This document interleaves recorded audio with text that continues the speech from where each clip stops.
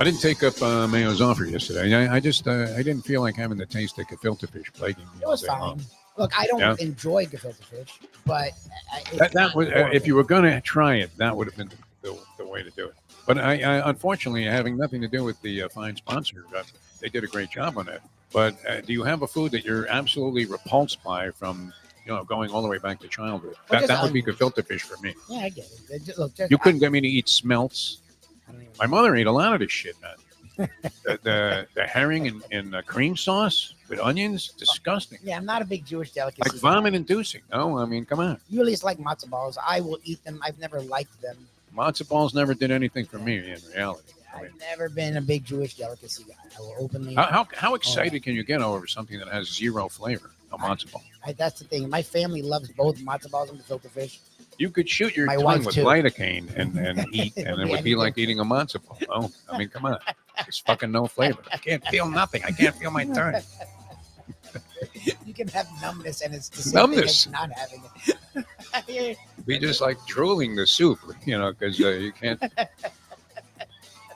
Your mouth isn't functioning anymore, and matzo ball would taste the same. I mean, really as it does for somebody with just burgeoning taste buds. The time. Wake up with Defo, joined by Lubie. Welcome to the Defo Show.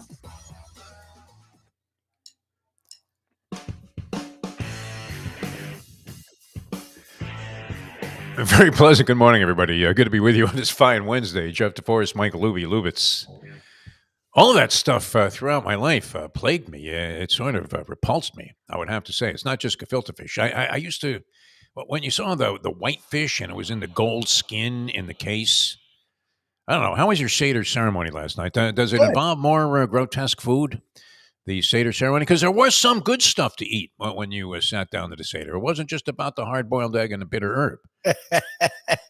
Everybody likes the brisket, but as we said, for some reason, I don't know if that's a Jewish tradition also. For some reason, it was mandated that you cook the brisket to the point where you may as well go to some tire shop. Yes. And ask if they got something that's close to ball that you can possibly chow down on, because the consistency of the brisket was enough to go ahead and make you think that you never wanted to try anything like that again. I sort of had a negative impression about brisket for a long time. Yeah. Before we started going to places, some of the restaurants that we visit on the Mayo Lunchbox tour make some very good brisket. But Yes. I didn't realize that you didn't have to cook it to the point where it was like eating the flesh of a corpse if you had just crashed a plane into the Andes Mountains. How was your? Did you do another service last night? Yeah. Look, my mom has taken cooking very seriously. I don't know why elder Jewish people, maybe because of E. coli, I don't know where it started, but the idea that well done is good. I don't know where that came from. But my mother liked her steaks well done. Constant. My grandmother loved her stuff well done. And even when we would cook it, and my dad and I realized, no, medium rare to rare is what you want. I want that thing blood red, man. I want that thing looking like Arturo Gatti in round 5 of one of the Ward fights. You want it moist and juicy. You don't want it to be dry. And I don't know. So that's what that era did. My mom's really good. My mom is very big into cooking. She's big into cooking shows since since the early days. So she's busted her ass over the years to get her brisket down. The first night she did brisket, it all went. It was fantastic. It was like anything we would get at one of these places. Moist. Yeah, I mean, a half hour less, please. Yes, exactly. She stayed on it. She was basing it like the turkey kind of a shit. It was great. Last night she did chicken. Oh, food's good. But yeah, you still do matzo balls and you still do gefilte fish. They're like mainstay. Do you boil the chicken when you're doing it for a Seder ceremony? Boil the chicken. My mom didn't boil the chicken. It's another weird way to prepare chicken. All right. Anyway, I'm glad you guys had a great observation there of the Passover holiday. I guess it ends at sundown tonight. Is that when you go back to eating like regular food, or do you have to stay on this through the 8 days? Yeah. I mean, you don't have to do anything. People. No, I understand that. I don't know that it's really going to pay any big dividends for you. Yeah. I got to be honest. I don't do it for that. Come to the conclusion that when you're dead, that's it. Look, whatever exists. I've always thought, even if you do believe in that stuff, neither that mean that if you cross the street illegally or you don't, makes a difference in where you go for a million years. I don't think, I've never believed that. I think that's a little vindictive and weird. I do this stuff for traditional purposes. Like just because I grew up with it, I want to instill it in my It's children. honorable, no doubt. But I'm not like scared that I'll be in an I eternal. mean, at some point in the middle of the meal, do you say, "Hey, can I get a fucking cheeseburger here? Why am I doing this? What the fuck is the point?" Oh, and that's the thing. And I don't want to cast aspersions on anyone who you do whatever the fuck you want. Whatever you want. It ends next Tuesday. If for those who really follow, it's supposed to be next Tuesday. All right. Yeah. So matzahs until next Tuesday, Louie. That'll be interesting since I understand you guys are going down to visit Chef Angelo Elia, who I am familiar with because my good buddy, I used to play tennis with all the time, kind of is trying to talk me into buying a house next door to him in Melbourne, which may loom as a possibility if things don't pick up. But nonetheless, he worked for Angelo Elia many years ago and was like a sous chef at a restaurant that Elia was working at. And then Elia went on to become a restaurant entrepreneur with Casa D'Angelo. So that'll be tough, to have to pass on all of that. I've changed different rules for this year. I would make an exception, if you're working. Bread. Like yesterday, we were at Stromboli, one of the new sponsors. Yeah. They brought out half the menu. I'm like, yay. And did Mayo show the proper restraint now that he's on this very serious course to try and deal with the ugly numerology he got from his doctor? He took bites to taste everything. He did not go crazy. I give him credit. He's been very restrained. But they brought out 3 different kinds of pizza. They brought out a fucking panini that looked ridiculous. And I'm like, how was the pizza, man? Oh, you didn't try it? I did not eat the pizza. I did not eat the panini, but I was like, fuck it. I'll eat pasta and I'll eat breaded meats, which I normally wouldn't eat either. But it was like, I have to eat something. I'm not going to have Mayo eating by himself and I'm going to sit here like an asshole. Like, yeah, it looks good. That really looks good. Mike, how was it? Yeah. Like I had to get into it's pretty much impossible. I mean, come on. They're dangling this carrot in front of you and you're looking at something great. New restaurant, where the chefs are extraordinarily talented. It's tough to compete here in the South Florida market. I would say, I don't know, maybe I'm crazy, but of all the cities that you could go to, isn't it amazing how many good restaurants there are here? Every block has like 10 great places. You couldn't go to all of the good restaurants if you lived to be 110. And you went to a different place every day. It really is fantastic. All right, let's get to the sporting world. It was amazing last night. Many, many great things. Well, we often talk about this, Lubie, and I think we're right about this. Every game in the postseason is pivotal. You don't have to wait for Game 5 to come up, and it's 2-2. Here's a pivotal Game 5 on tap, and I tell you what, the home team really has an advantage here. Every fucking game is pivotal. The first game is pivotal. You go in a 0-1 hole. Now you're already facing the crucible of having to win Game 2 or at least take a shot. And if you're the road team, I don't know that you always justify it by saying, well, geez, we're down 2-0, but we haven't had a home game yet, because you still need to win one of those. So every game looms as being pivotal. I thought it was very pivotal for the Panthers and the Lightning last night. and they couldn't have played a closer contest. 2-0. The Panthers are on fire early. First period, it looked like it was going to be a blowout. Second period, complete reversal of form. I don't know that Tampa Bay got a shot off in the first period. I think they had like one shot on goal or something. It was an incredible lopsided margin that the Panthers are firing pucks at Vasilevsky, who has been, both a nemesis and also an asset to the Panthers in the past. But and I have a lot of respect for the Lightning organization. They've been up there at the top for a long, long time. It's very similar, not quite like the Tampa Bay Rays, because I don't believe that they're trying to do everything on the cheap, the Tampa Bay Lightning. I do remember, Lubie, being at the groundbreaking ceremony for the Tampa Bay Lightning when they were announcing that the team was going to come into the league and that they were going to get a new arena. And the big guy behind that was Phil Esposito, the great Phil Esposito, part of a great sports adage where people would say, Jesus saves and Esposito knocks in the rebound. Always loved that quote. Phil Esposito was insisting all along at this press conference. People kept peppering him. I don't know why. I guess there was some negativity associated with Japanese money coming into the National Hockey League at the time. This is obviously years ago. I want to say circa 35 years ago, maybe the Lightning came into existence. And my buddy and I are there filming and taping some stuff to commemorate the occasion for what was then known as Sunshine Network. We called it Moonshine Network. We're on an assignment there. very much enjoying the festivities. And Esposito keeps saying at the press conference, no Japanese money. No Japanese money.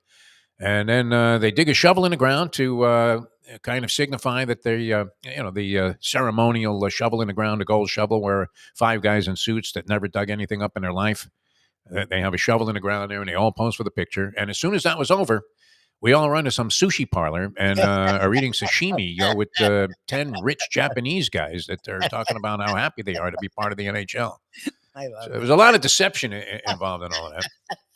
But the franchise itself has been excellent, or especially what? Has it been the last 10 years? I mean, they've been knocking on the door.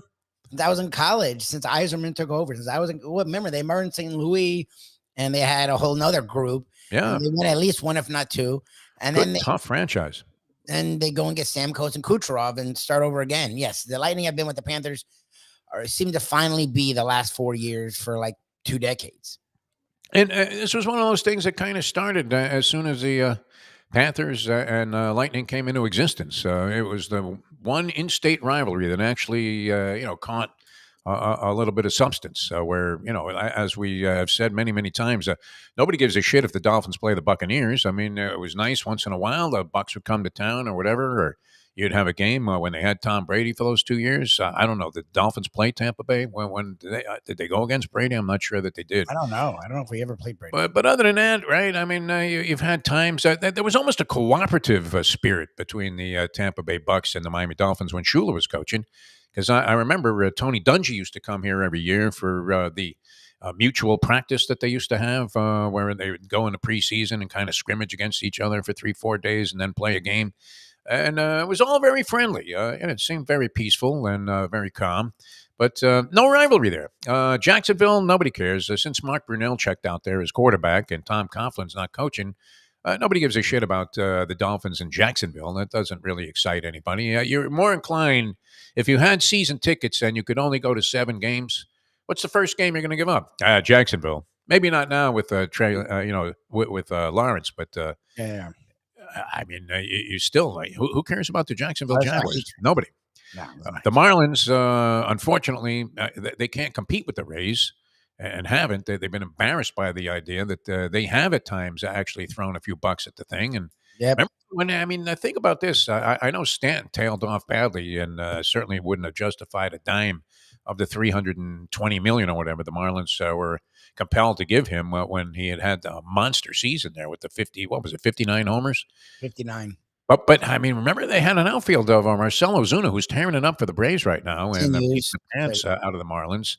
You had Christian Yelich, who became, did he win 2 MVPs? He won MVP, and if he didn't get hurt the last month, he would have won back-to-back MVPs. Unbelievable, yeah, with Milwaukee.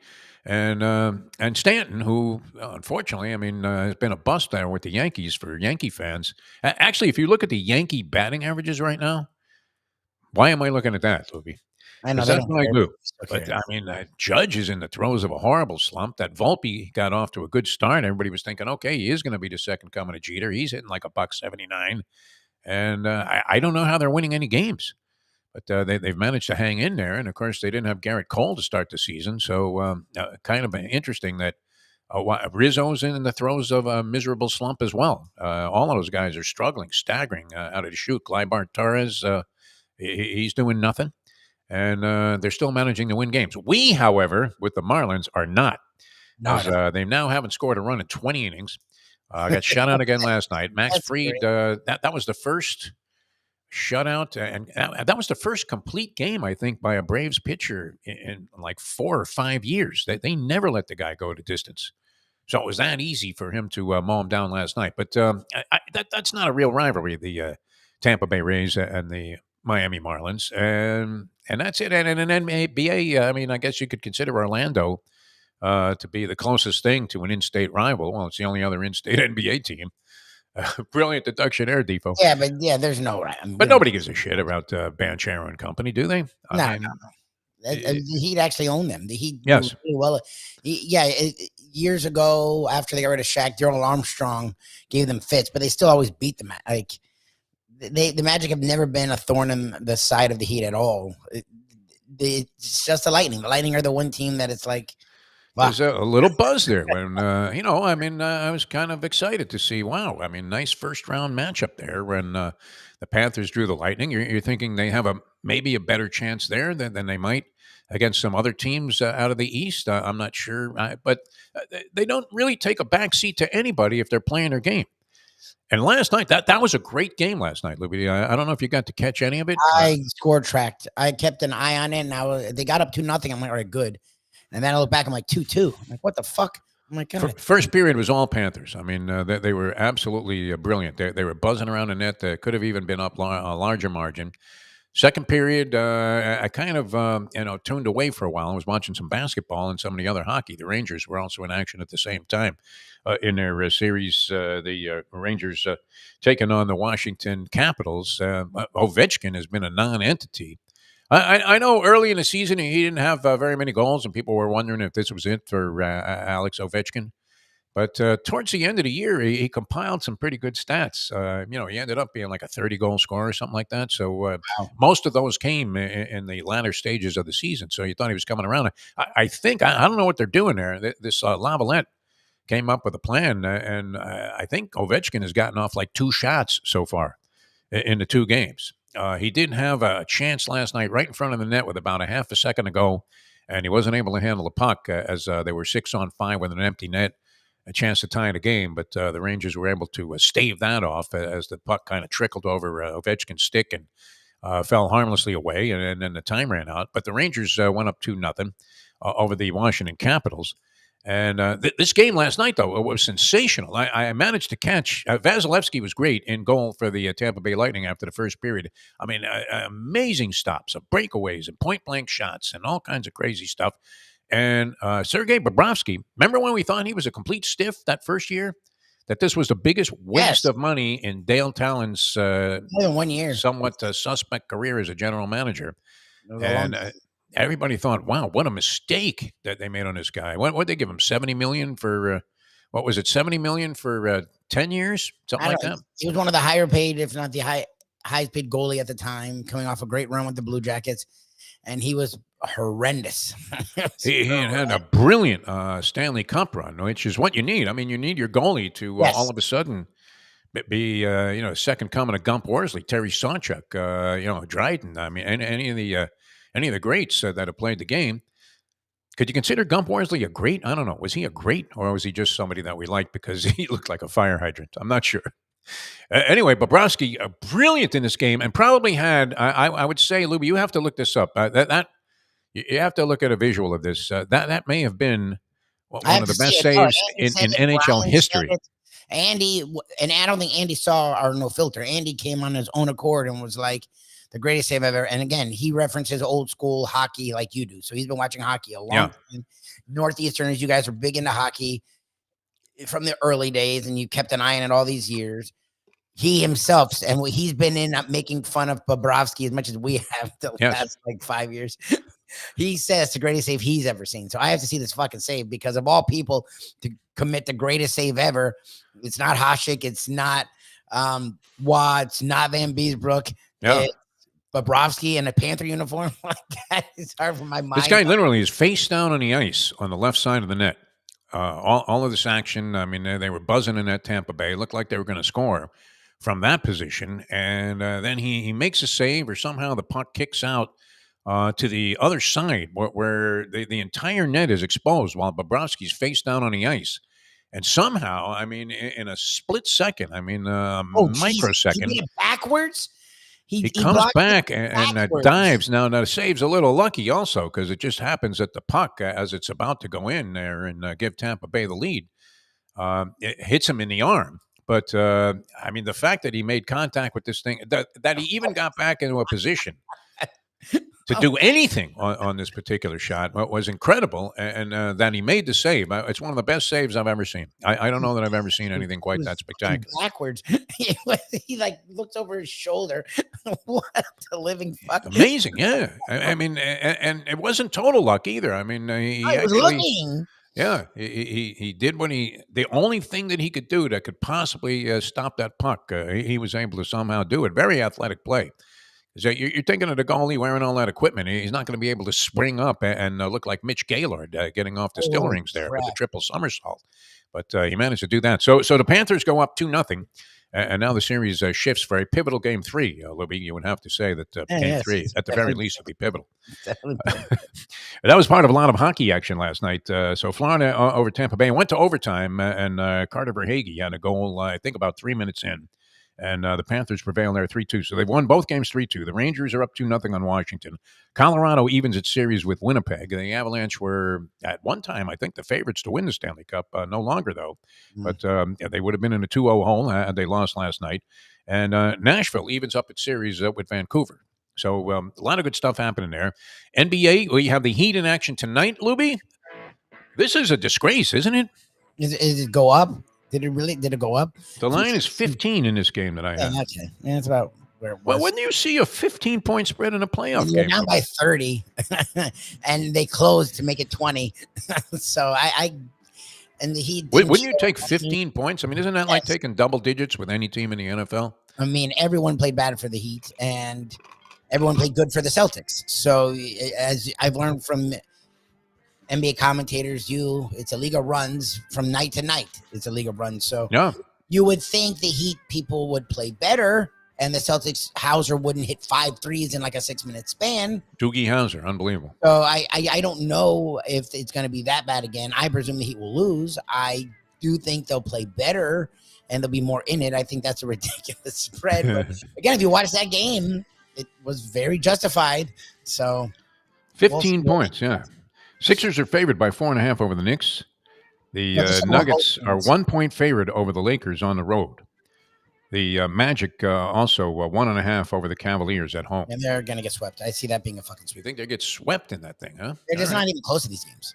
It's like the T-Wolves and the Suns shouldn't get swept. They have enough talent, but they're not even on the court. And those are the two series where one team is clearly outmatched. Like, it's not even, I mean. Was there a consideration, you think, for Passover last night at that Panther game? Were they selling sandwiches on matzah bread? I would say no. I guess matzah. It wouldn't be matzah bread on It would matzah. be matzah. Did they offer that? Little matzah brie or whatever? Just to keep, because I mean, I would imagine a decent percentage of the Panther fans are of the Jewish persuasion. And probably, I mean, were you defying God by going to the game last night? That doesn't preclude you from being entertained, does it? This whole thing, just not eating certain things. So anyway, good stuff all the way around. I mean, complete smorgasbord of events. It couldn't be any happier if you were TV viewing. I mean, if you're Jim Sarney right now, you need more TVs, more screens, don't you? I'm surprised. I know he's been battling some health issues, our good friend Jim Sarney, but He's watching. I know he touches base. He touches base with me once in a while, and he touches base with Mayo. He's definitely watching. He's engaged in all that there is to be engaged. yeah, what's the place he goes to with the girls with the big? Well, he used to go to the Twin Zumbos? Peaks. I think he's opened it up a little Twin bit. Peaks, yeah. He loves the Heritage now. I think he's opened up his taste. Right now, I don't know if he's going anywhere because he could supposedly Yeah, eat mashed fucking potatoes. someone immobile, yes.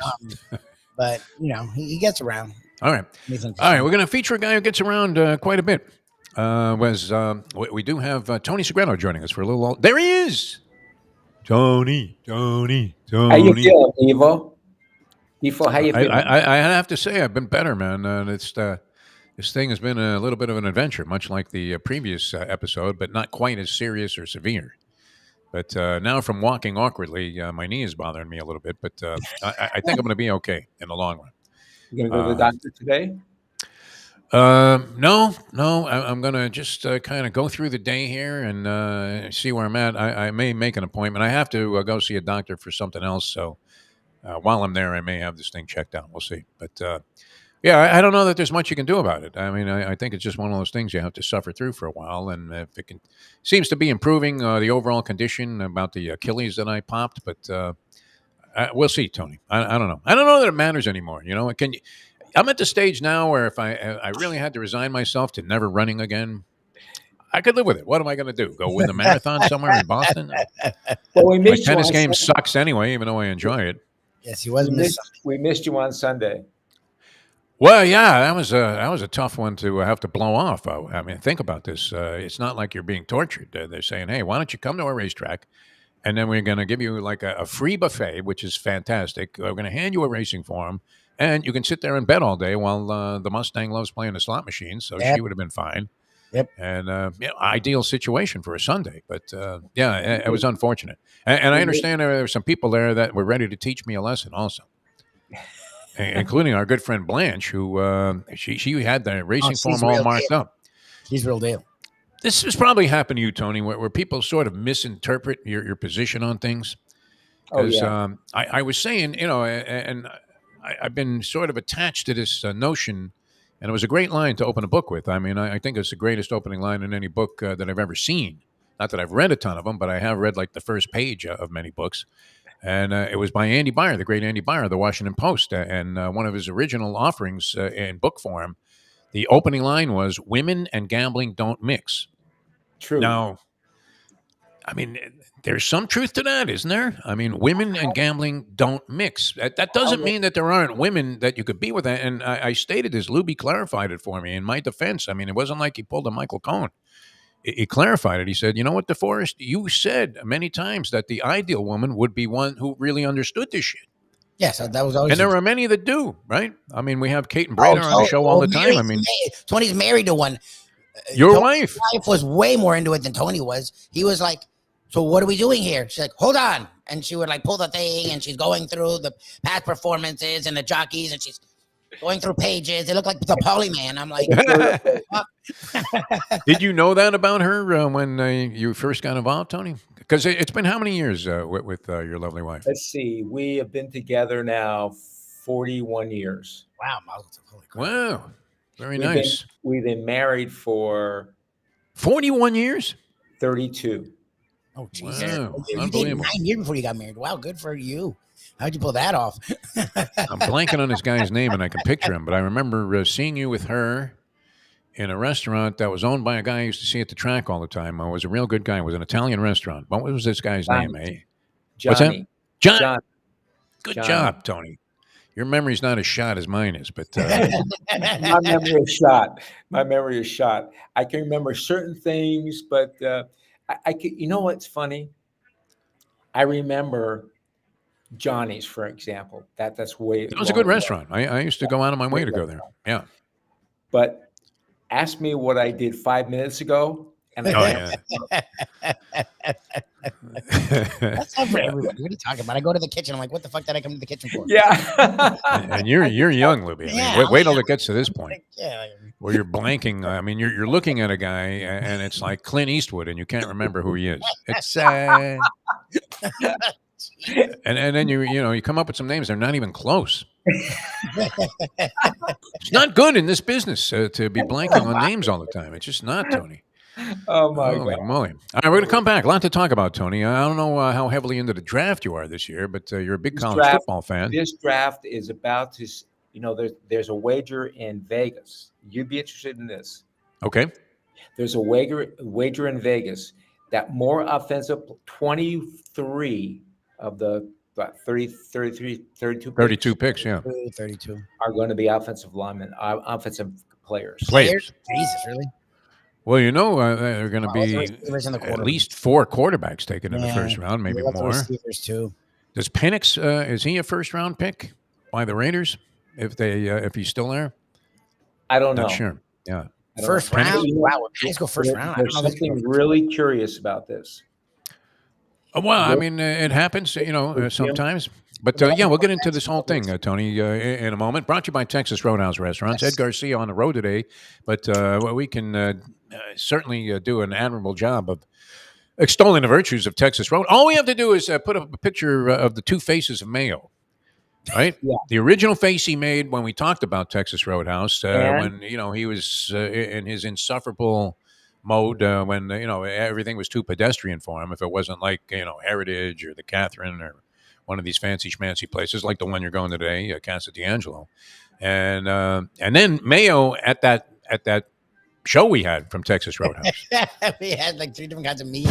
He's got a cheeseburger in his left hand. He's got ribs in his right hand. He's got his face planted in some of their other great offerings. And then he went with his daughter on the way back from Florida State. He did. And he loved it. So how could you not? I mean, especially with the prices that are out there. It really is an incredible organization. So Texas Roadhouse Restaurants bringing you Tony Segreto, the great Tony Segreto, coming back with a little old school with Tony in a moment. Now that. The time. It's 8:41.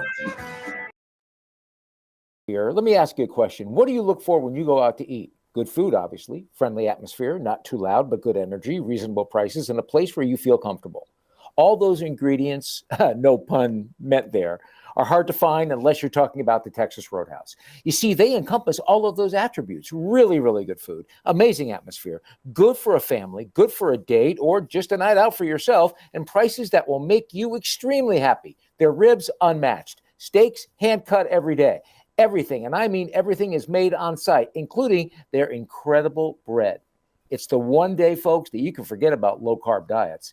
Trust me when I tell you, Texas Roadhouse, your restaurant, your destination when you say, where should we go and eat tonight? From the newly renovated sports bar to the beautiful bayside views captured at the Tiki Bar, Jimmy Johnson's Big Chill has it all. Located at mile marker 104, the Big Chill also offers waterfront dining while experiencing breathtaking sunset views of the Florida Keys. It's simply the hottest spot in the Keys to cool off. That's Jimmy Johnson's Big Chill at mile marker 104 in Key Largo. For more information, call today at 305-453-9066. What we gonna do right here is go back, way back into time. We are now kicking it old school with the one and only Tony Segreto, brought to you by Texas Roadhouse.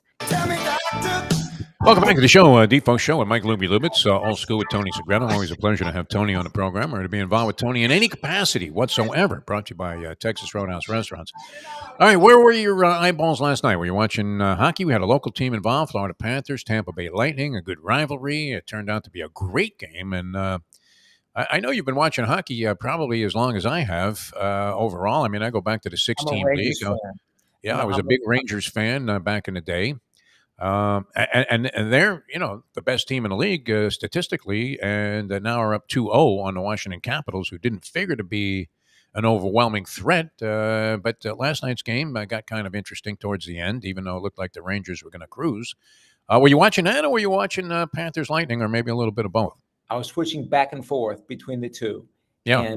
And I, you know what? When the Panthers got up 2-0, I said, "Oh, this game's over."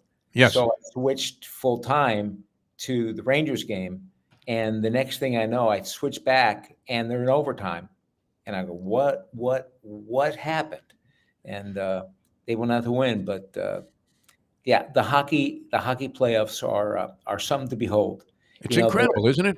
I mean, as abstract as the game is, whether you understand it or not, you're watching this shit and you're thinking, my God, this is like 2 games into the postseason. What do you have to do to win the Stanley Cup? Yeah. And it's so incongruous down here anyway, because it's 82, 83 degrees out here. Yes. And remember when they came into existence? That was the big joke. Like, the only ice anybody in South Florida knows about is in the bottom of a martini glass. That's right. And people were speculating whether or not it would work. And you're always thinking, I don't know what your coverage focus was. I would imagine it was the same as we were doing on the talk shows and whatever television shows I was involved in. And that's always the big question in South Florida whenever we got a team. Hey, is this going to work here? Yep.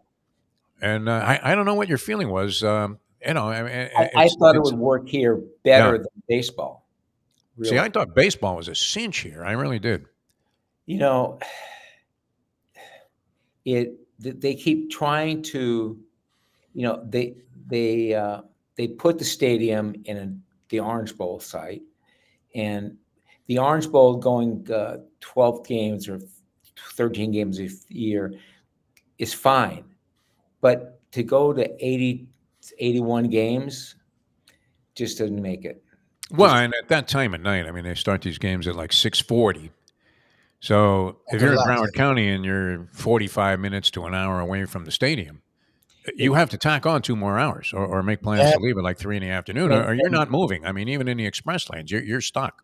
The Panthers on the other hand, is odd as where the place is, and it's not around the corner. This place is getting there. It's easier to get in and out. It's just It's just more pleasurable. It's more pleasurable than going down to Marlins Stadium. right now. It's just the way it is. Would you be inclined to park across at the Sawgrass Mall as opposed to paying $50 to park in a lot that's essentially about 100 yards closer? Only parked at Sawgrass. What would you do, Tony Segreto? Even if you, I mean, Son's having a media parking pass. What do you think? 50? I'm not paying 50 to park anywhere. No way. Are you? Yeah. No. 50. You talking about parking is more than the game. Yeah. Well, maybe not with playoff ticket prices, but close. I mean, yeah, no, that's just an outright robbery, and you can't pay cash. You have to pay with a credit card. So if your credit's no good or your cards are tapped out, you're fucked. But no, that was good. I remember thinking, would it work here? One of the bigger promoters, actually, that I think helped it a lot, and they should have given this guy. I don't know if they gave. I think he paid for his tickets, but one of the biggest advocates and media sparks for the early Panther existence was Neil Rogers. I mean, I don't know that anybody was talking about this more than he was in the media. He was the biggest advocate for hockey that anybody I've ever heard of. Yeah. Every show, every single solitary show, he would talk about the upcoming Panthers, and the season, and get your tickets, and it was amazing. It was truly amazing. And to their credit, the Panthers have made a nice niche for themselves. They made a nice little play, and they could win the whole thing this year. They could win it, and if they win it, it'll be a real treat. Not easy to do, though. I mean, we saw that last year. Wow. I mean, they seemed primed to go ahead. They went against the Vegas Golden Knights, who had a sensational season also. But by the time they got there, my God, I mean, you talk about the attrition of going through and the difficulty of winning a championship in that sport. I mean, half of their guys literally should have been hospitalized, not going out there for this series against the Golden Knights. And they did get crushed in that series, but they were knocking on the door. This year, I mean, they were playing great hockey. They had that one little spell there. I want to say maybe 2 weeks before the end of the regular season, from about maybe 3 weeks prior to that, where you started to have suspicions that maybe they couldn't sustain this. But played great. I don't know if you got a chance to see this as a highlight if you were watching a Ranger game, but this Bobrovsky save, oh my God, was as good as I don't know. I mean, if I've seen one, best top 5 saves ever. I've never seen a save like it. I mean, he had his back turned, but still had the presence of mind to turn around, and he blocked it with his wrist. Like he didn't block it with the pad or the arm. Like it's the least padded area on his whole body, and literally precision blocked it. I'm like, dude, where the fuck was this for the last 3 years? I mean, that's the game right there. Vasilevsky was great too. I mean, he stopped a couple of breakaways.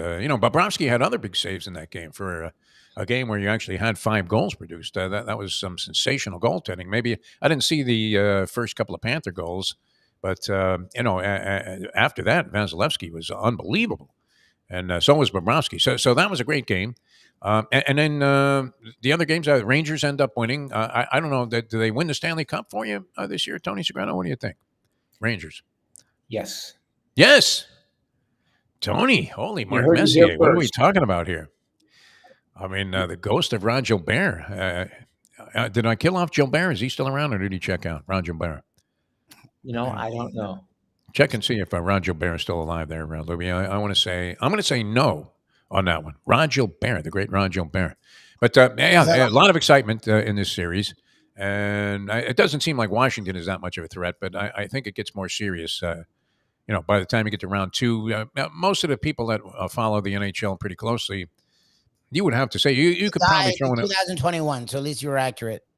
He died August 2000. I'm happy he's dead because I loved Ron Gilbert. But at least I'm fucking right, Tony. Yeah, at least you can bury him early.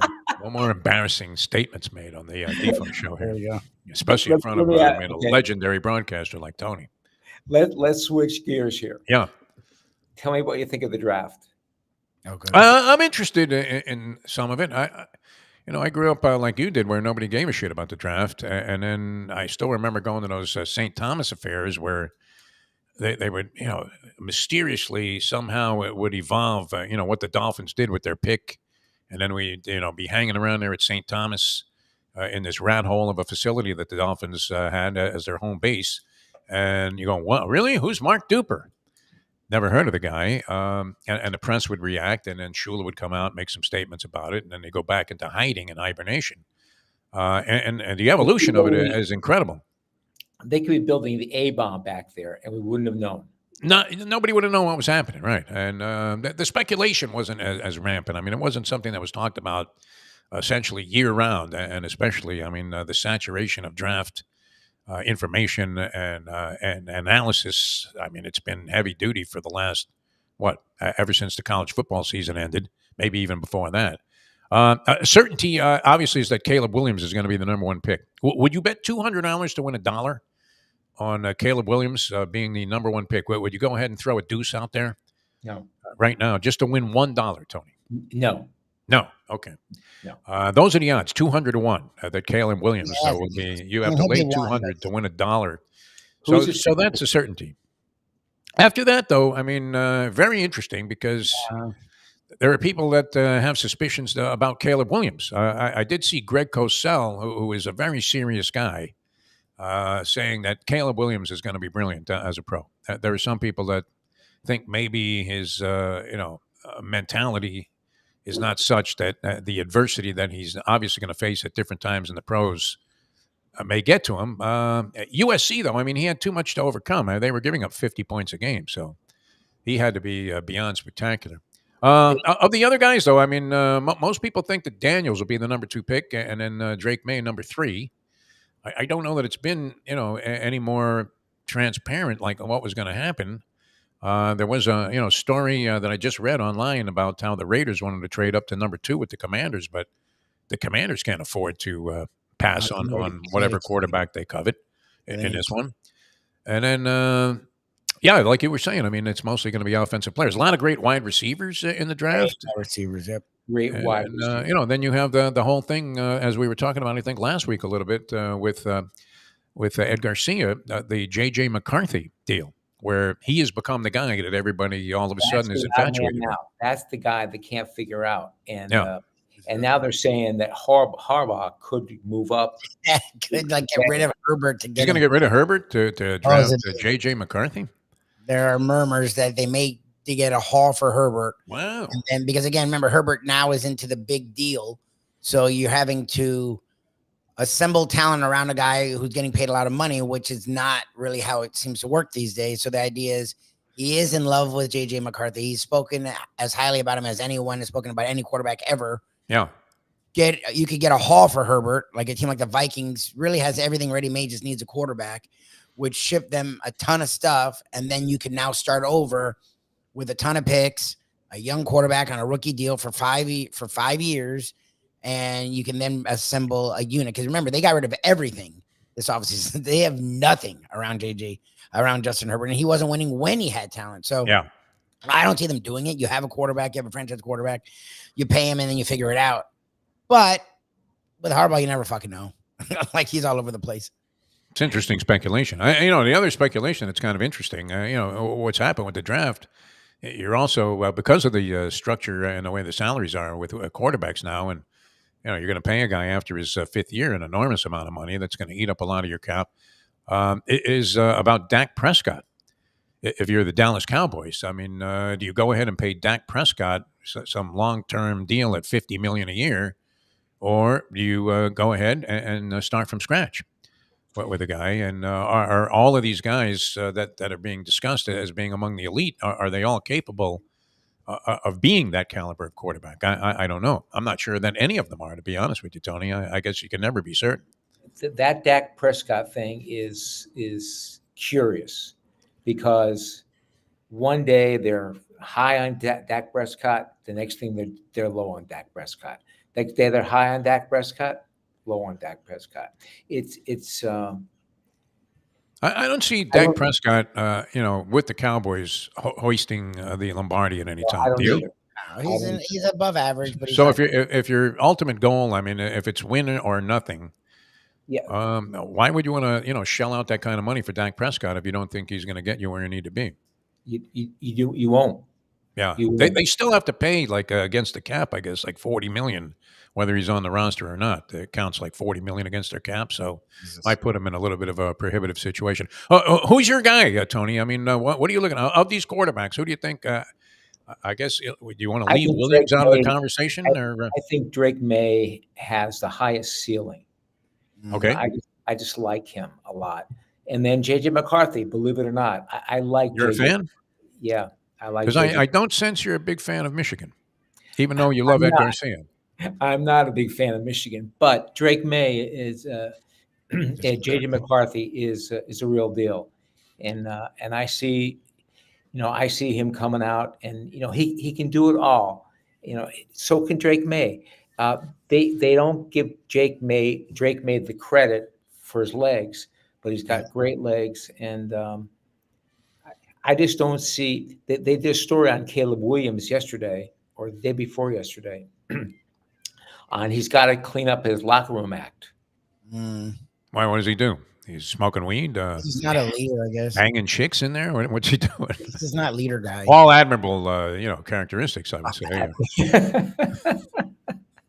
He's not a leader in the locker room. I mean, but we did see him. It was a little strange. He was like curled up in a fetal position in the arms of his grandmother or something after some adversity afflicted the USC team, and they started incurring some impossible to conceive losses. Yeah, very much disappointed. I mean, I'm a USC fan from my days back in California, and I like to see them do well, but it was surprising to see how vulnerable they were, even while having Caleb Williams. Weren't able to really achieve that much, and of course, Lincoln Riley. I mean, that was a big acquisition for him as a head coach. Supposed to be the second coming of Pete Carroll for the Trojans.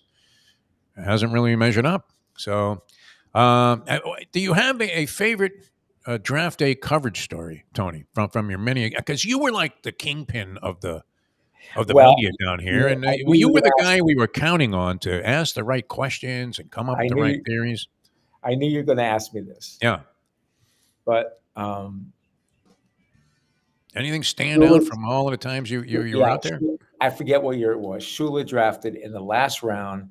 He drafted a quarterback.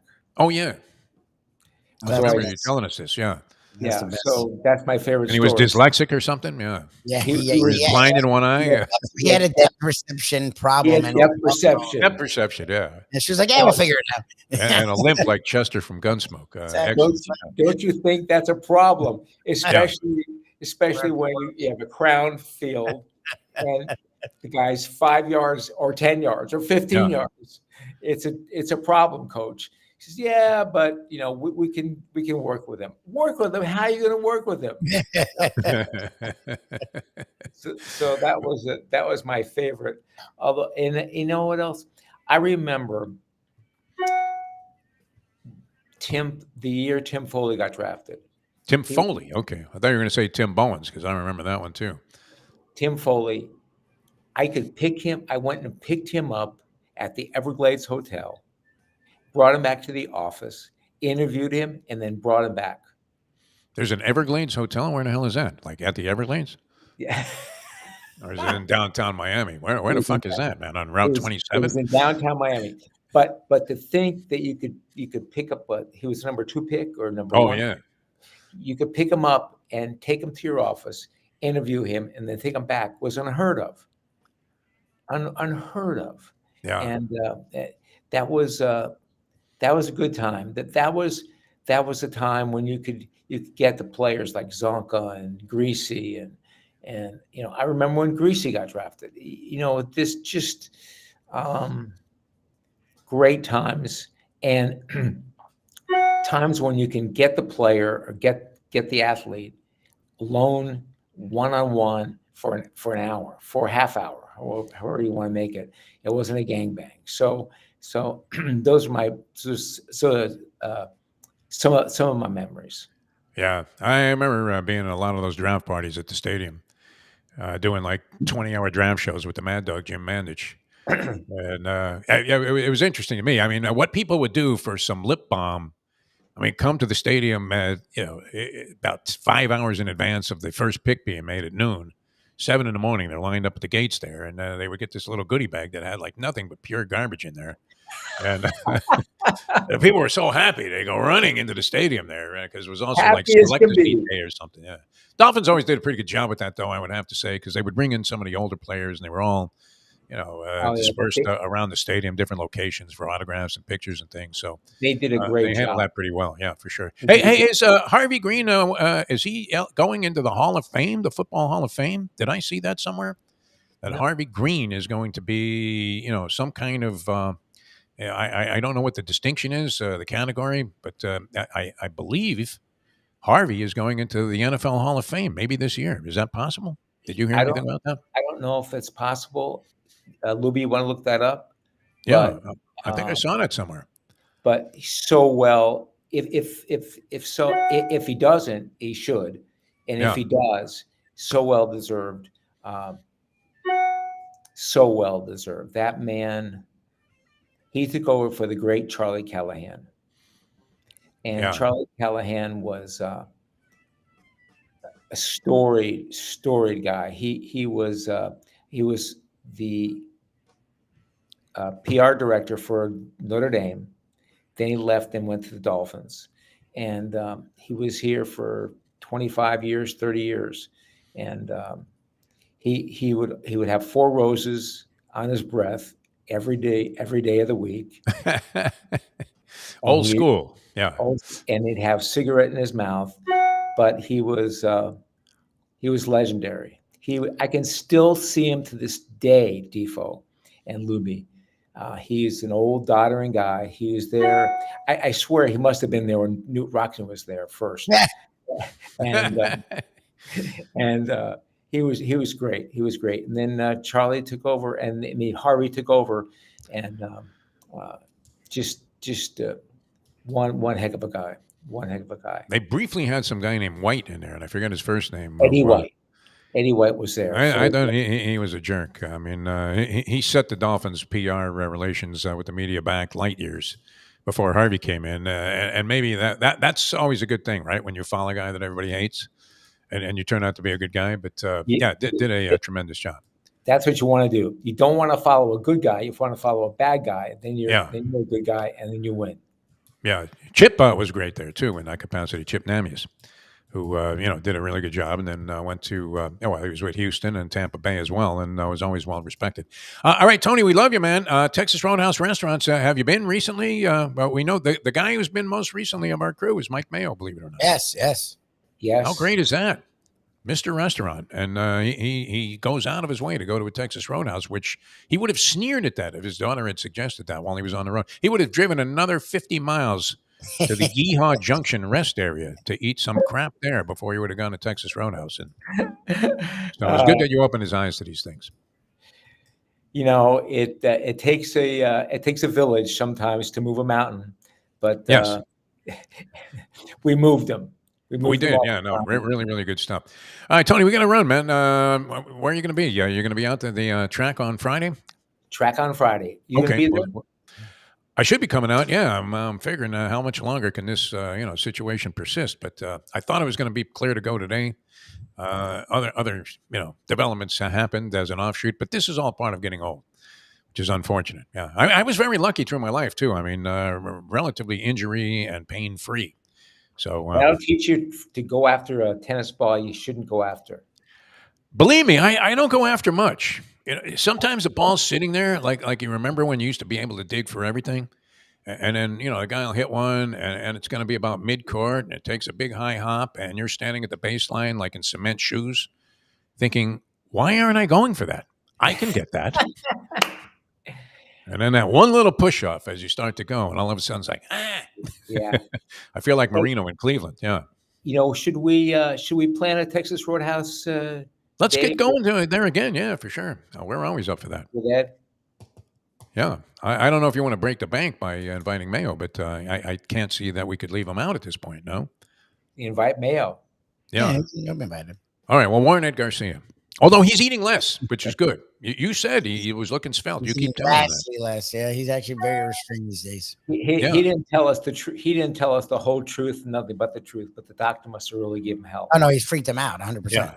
Yeah. So that number was flashing on the board there. It was like a steward's inquiry, and you're about to get taken down from a massive pick six.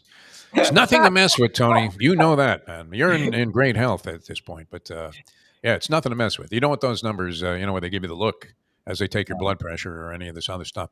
All right, Tony, we love you, man. We'll see you on Friday physically, and that'll be great. And thanks so much for joining us here on the show. We got to run, right, Lubie? Yes, sir. And you're going to be, are you going to the actual Casa D'Angelo today? In Fort Lauderdale, from what I know. I've never been there. Beautiful. Yeah, well, there is only one Casa D'Angelo, although he has other places. He has 2 or 3. I know. He has a tapas restaurant in Fort Lauderdale that's on Federal Highway that's very popular. He has a bakery Some place in on Aventura. Oakland Park Boulevard, and then he moved like in the Dade County, put up a place that I think Yeah, is mostly like someplace. pizzas and stuff. He's someplace in Aventura, supposedly, and I know he's working on other things. So Yeah, well, I mean, highly really successful. excited. He and I Great. guess he has a partner, and we're gonna talk about their journey and what they have in store. Yeah, and the great Burt Rappaport discovered this guy, Angelo Yeah, Elia, that's crazy. Yep. who became a monster. So, yeah, well, have fun with that. I'm sorry. I guess you got like 20 guys on the show or something. Yeah, So I don't there's know. no seat in the house for the Deef. Not even just sit there and poach some food. That would be great. You But, it's just no, gonna it's okay. I mean, it's whatever. I still have this other thing that I'm doing now, 10 to 12, which I don't know where to find it. I don't know where to tell you people to find this thing, but it's going okay. I mean, so far, I wouldn't say that we've done award-winning shows yet, but it's going okay. It misses the Lubie touch. It really does. You don't realize what a valuable asset you are, Lubie, and people don't understand this as well as they should. That you're not just some ordinary guy that's co-hosting a show with a guy. Well, I mean, that's true. But you're strong in a lot of areas. I mean, look, it's always weird, working with somebody new, but everybody's a professional. But I have to say, we have this thing down, Lubie. It's been a long time.